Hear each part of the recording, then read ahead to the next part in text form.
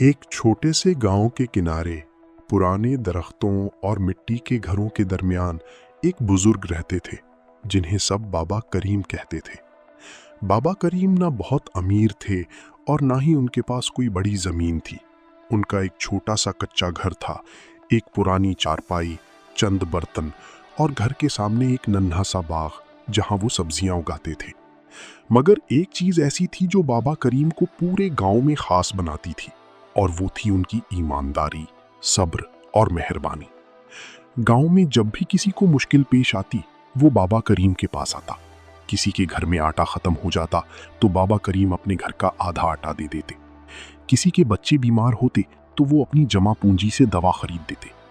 अगर किसी के जानवर खो जाते तो बाबा करीम खुद जंगलों और खेतों में जाकर तलाश करते। लोग उनसे मोहब्बत तो करते थे, मगर अक्सर कहते, बाबा करीम आप दूसरों के लिए इतना करते हैं, अपने लिए भी कुछ सोचा करें।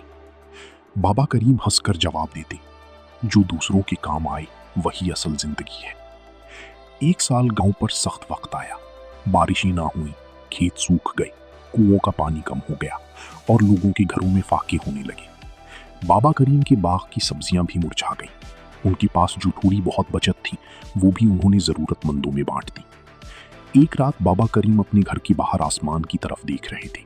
सितारे चमक रहे थे, मगर उनकी दिल में फिक्र थी।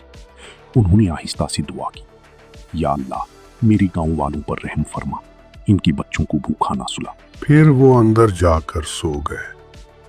रात के आखिरी पहर अचानक एक अजीब रोशनी ने उनकी आंख खोल दी। ऐसा लग रहा था जैसे चांदनी उनके सेहन में उतर आई हो। बाबा करीम आहिस्ता से उठे, दरवाजा खोला और हैरान रह गए। सेहन के बीचों बीच एक चमकता हुआ थैला रखा था जिससे सुनहरी रोशनी निकल रही थी। बाबा करीम ने कांपते हाथों से थैला उठाया। वो काफी भारी था।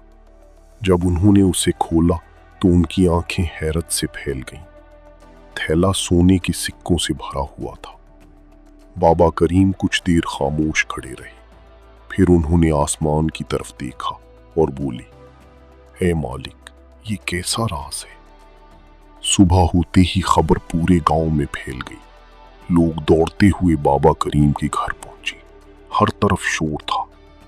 ये थैला कहां से आया? क्या किसी बादशाह ने भेजा है? क्या ये खजाना है? ये मुआजिज़ा है। गांव का सरदार भी आया। उसने थैले को देखा और बोला, बाबा करीम, ये बहुत बड़ी दौलत है, अब आप आराम की जिंदगी गुजार सकते हैं। बाबा करीम ने सुकून से जवाब दिया, ये दौलत सिर्फ मेरी नहीं हो सकती। जब पूरा गांव भूखा हो तो मैं अकेला अमीर कैसे बन सकता हूं? ये सुनकर लोग एक दूसरे को देखने लगे। उसी वक्त गांव के चंद लालची लोग आगे बढ़े। उनमें एक शख्स सलीम था जो हमेशा दूसरों की चीजों पर नजर रखता था। वो बोला, बाबा करीम, ये थैला तो शायद किसी और का हो। बेहतर है आप इसे सरदार के हवाले कर दें। बाबा करीम ने कहा, अगर ये किसी का हक है तो जरूर लौटा दूंगा। पहले 3 दिन इंतजार करते हैं। अगर कोई मालिक ना आया तो फिर फैसला करेंगे। 3 दिन गुजर गए मगर कोई ना आया। चौथे दिन बाबा करीम ने गांव वालों को जमा किया और कहा, ये दौलत अल्लाह की अमानत है। इससे पहले हम गांव के कुएं ठीक करेंगे, फिर गरीबों के घरों में राशन देंगे और बच्चों के लिए मदरसा बनाएंगे। लोग हैरान थे। अगर ये दौलत किसी और को मिलती तो शायद वो अपने लिए महल बना लेता, मगर बाबा करीम ने सबके लिए सोचा।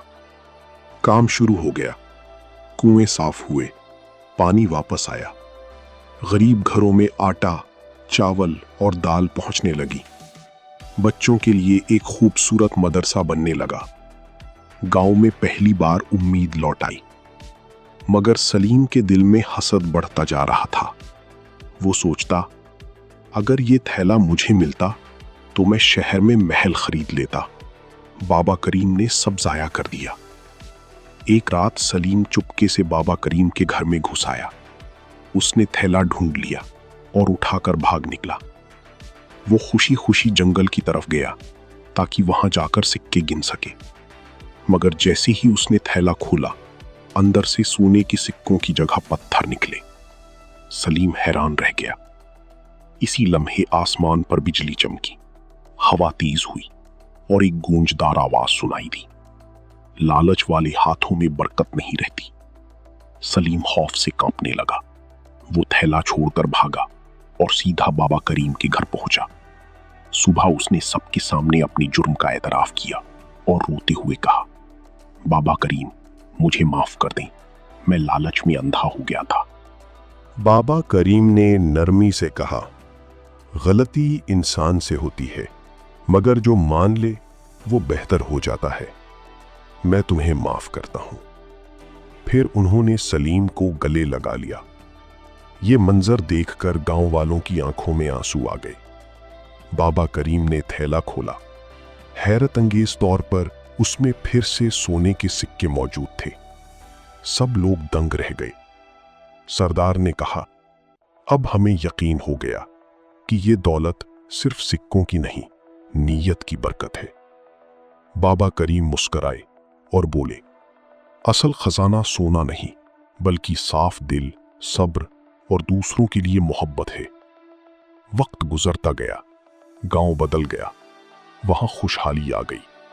खेत हरे भरे हो गए, बच्चे पढ़ने लगे और लोग एक दूसरे का ख्याल रखने लगे। सलीम भी बदल गया। वो अब गरीबों की मदद करता और हर काम ईमानदारी से करता था। एक दिन एक मुसाफिर गांव में आया।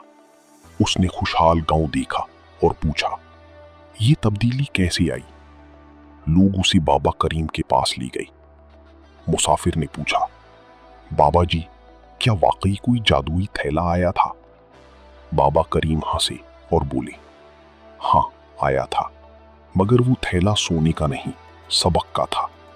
उसने हमें सिखाया कि जब दिल साफ हो, नीयत अच्छी हो और हाथ दूसरों की मदद के लिए उठी तो अल्लाह अपने खजाने खोल देता है। मुसाफिर ने अदब से सर झुका लिया। कुछ अरसे बाद बाबा करीम बहुत बूढ़े हो गए। एक शाम वो अपने सहन में बैठे सूरज गुरूब होते देख रहे थे। गांव के बच्चे उनके गिर्द बैठे थे। एक बच्चे ने पूछा, बाबा जी, अगर हमें कभी ऐसा थैला ना मिला तो? बाबा करीम ने मुस्कुराकर कहा, तुम्हारे पास पहले ही है। बच्चे हैरान हुए। कहां? बाबा करीम ने उनके सीनों पर हाथ रखा और बोले, यहां, तुम्हारे दिल में। अगर दिल में सच्चाई, सब्र और मोहब्बत हो तो यही सबसे बड़ा खजाना है।